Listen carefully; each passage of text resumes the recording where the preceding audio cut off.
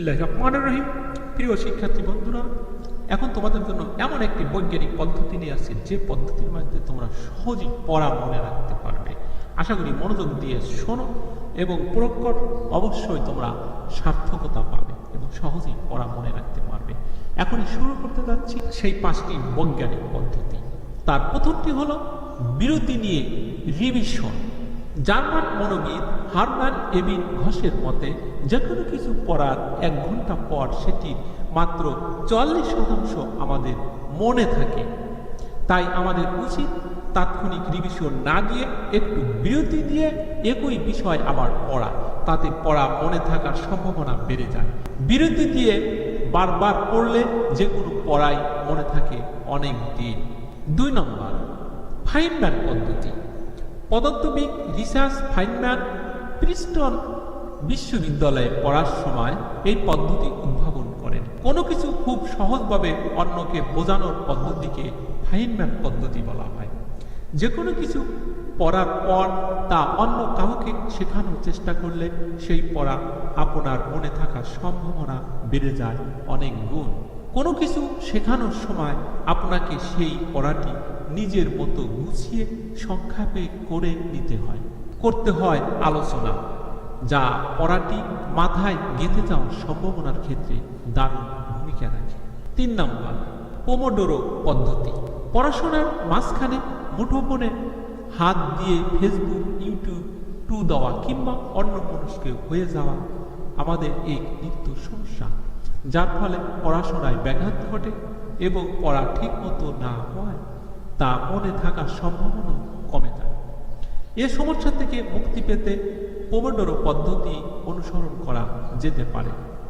এটি মূলত সময় ব্যবস্থাপনার একটি কৌশল। 1980 সালের শেষের দিকে ফ্রান্সেসকো নামের এক উদ্যোক্তা এই পদ্ধতি আবিষ্কার করেন। ইতালির শব্দ পোমোডোরো অর্থ টমেটো সস। ফ্রান্সিসকোর টমেটোর আকারের টেবিল ঘড়ি থেকেই মূলত এ নামকরণ। এই পদ্ধতিতে একজন মানুষ মোট 25 মিনিট সময় নিয়ে কোনো একটি কাজ করবেন এবং কাজ শেষে 5 মিনিটের বিরতি নেবেন। ওই 5টি মিনিট নিজেকে অন্য সব কিছু থেকে দূরে রাখতে হবে, আর বিরতির 5 মিনিটকে বেছে নিতে হবে অন্য যে কোনো কাজ কিংবা বিশ্রামের জন্য। এতে করে মূল কাজের প্রতি মনোযোগ বাড়ে, কাজের প্রভাবও বেড়ে যায় অনেক গুণ। এই পদ্ধতি পড়াশোনায় প্রয়োগ করলে পড়া হবে আরও কার্যকর আর মনেও থাকবে লম্বা সময় পর্যন্ত। 4 নম্বর, প্রয়োজন পর্যাপ্ত ঘুম। যুক্তরাষ্ট্রের নটরডেম বিশ্ববিদ্যালয়ের মনোবিজ্ঞানী জেসিকা পেইন এবং তার কয়েকজন সহকর্মী মিলে এই গবেষণা করেছেন। তাতে জানা যায় পড়াশোনা শেষে নির্দিষ্ট সময় ঘুমালে তা পড়া মনে রাখার বেশ সহায়তা করে।